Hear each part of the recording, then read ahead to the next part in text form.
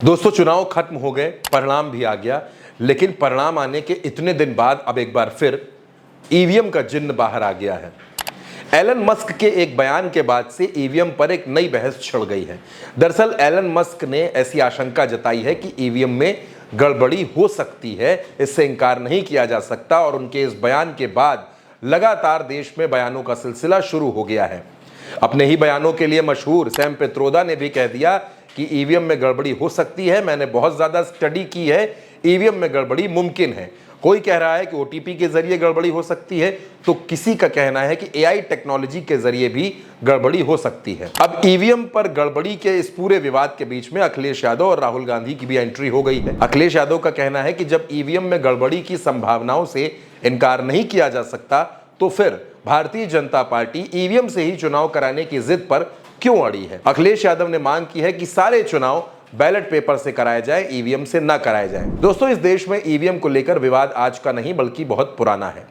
महाराष्ट्र में जिस तरीके से एक सीट पर 48 वोटों से जीत मिली, उसके बाद ईवीएम को लेकर बहस शुरू हुई। चुनाव आयोग ने यह सफाई दी कि ईवीएम में किसी तरीके की गड़बड़ी नहीं हो सकती, लेकिन चाहे सैम पित्रोदा हो या एलन मस्क हो, हर किसी के बयान को अगर आप देखेंगे तो उनका कहना है कि ईवीएम क्योंकि एक डिवाइस है, इसलिए किसी भी डिवाइस में गड़बड़ी हो सकती है, टेक्निकल फॉल्ट हो सकते हैं।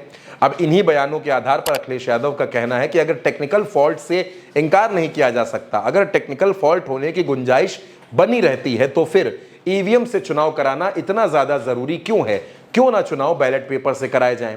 राहुल गांधी भी ईवीएम के विरोध में उतर आए हैं, वो भी ईवीएम के खिलाफ बयान दे रहे हैं। अब दोस्तों, यहां पर सवाल कई खड़े होते हैं कि जिस ईवीएम पर इतने ज्यादा प्रश्न चिन्ह खड़े हो गए हैं, उस ईवीएम के साथ भारतीय जनता पार्टी इतनी ताकत से क्यों खड़ी है? अगर हम देखें तो दुनिया के तमाम देशों में ईवीएम से चुनाव नहीं होते हैं, वहां ईवीएम से चुनाव नहीं कराए जाते, लेकिन भारत में क्योंकि ईवीएम से चुनाव होते हैं और वो क्योंकि एक टेक्निकल डिवाइस है, तो उसके खराब होने या ना होने पर कोई बहस नहीं हो सकती, क्योंकि डिवाइस खराब हो सकती हैं, उसमें टेक्निकल एरर आ सकते हैं।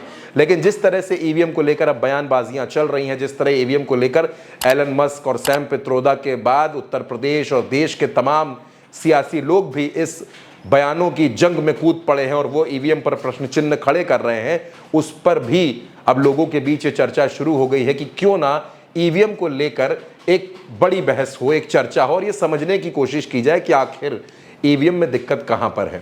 दोस्तों, आपको याद होगा जब देश में लोकसभा के चुनाव चल रहे थे तो फर्रुखाबाद की सीट पर एक ही लड़का 8 बार वोट डालकर आ गया और ईवीएम में उसके वोट पड़े। उसके बाद उस पर कार्रवाई हुई। कई लोगों ने शिकायत की कि वो वोट कहीं और देते हैं, लेकिन पर्ची बीजेपी के नाम की निकलती है। कुछ लोगों ने शिकायतें की कि वोट देने पर बीप की आवाज नहीं आती है। यानी अलग अलग तरह की तकनीकी दिक्कतों के बारे में हमने इस चुनाव में देखा है। कई बूथ पर ईवीएम खराब हो गई जहां वोट प्रभावित हुआ, उसके बाद किस तरीके से वोट कम था, ज्यादा काउंट हुआ। यानी ईवीएम में खराबी ना हो, ईवीएम में टेक्निकल दिक्कत ना हो, इससे इनकार नहीं किया जा सकता।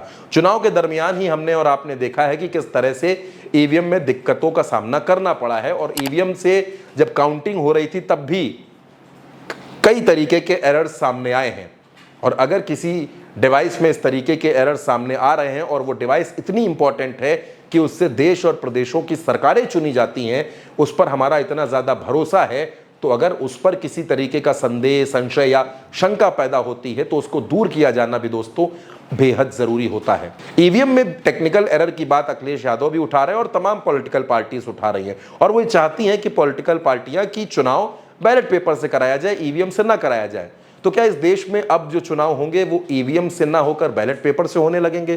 क्या संसद के आने वाले सत्रों में इंडिया गठबंधन, जो बेहद मजबूत संख्या में है, वो ईवीएम और बैलेट पेपर के मुद्दे को मजबूती से उठाएगा? दोस्तों, देश में चुनाव ईवीएम से होने चाहिए या नहीं होने चाहिए? क्या बैलेट पेपर से चुनाव करा के हम एक निष्पक्ष और पारदर्शी चुनाव प्रक्रिया को देख सकते हैं? इस बारे में आपकी जो भी राय हो वो हमें कमेंट बॉक्स में ज़रूर बताइएगा। हमें आपकी राय का हमेशा इंतज़ार रहता है। अगर आपने चैनल को शेयर और सब्सक्राइब नहीं किया है तो सब्सक्राइब ज़रूर कीजिए, वीडियो को शेयर ज़रूर कीजिए। चलते हैं, नमस्कार।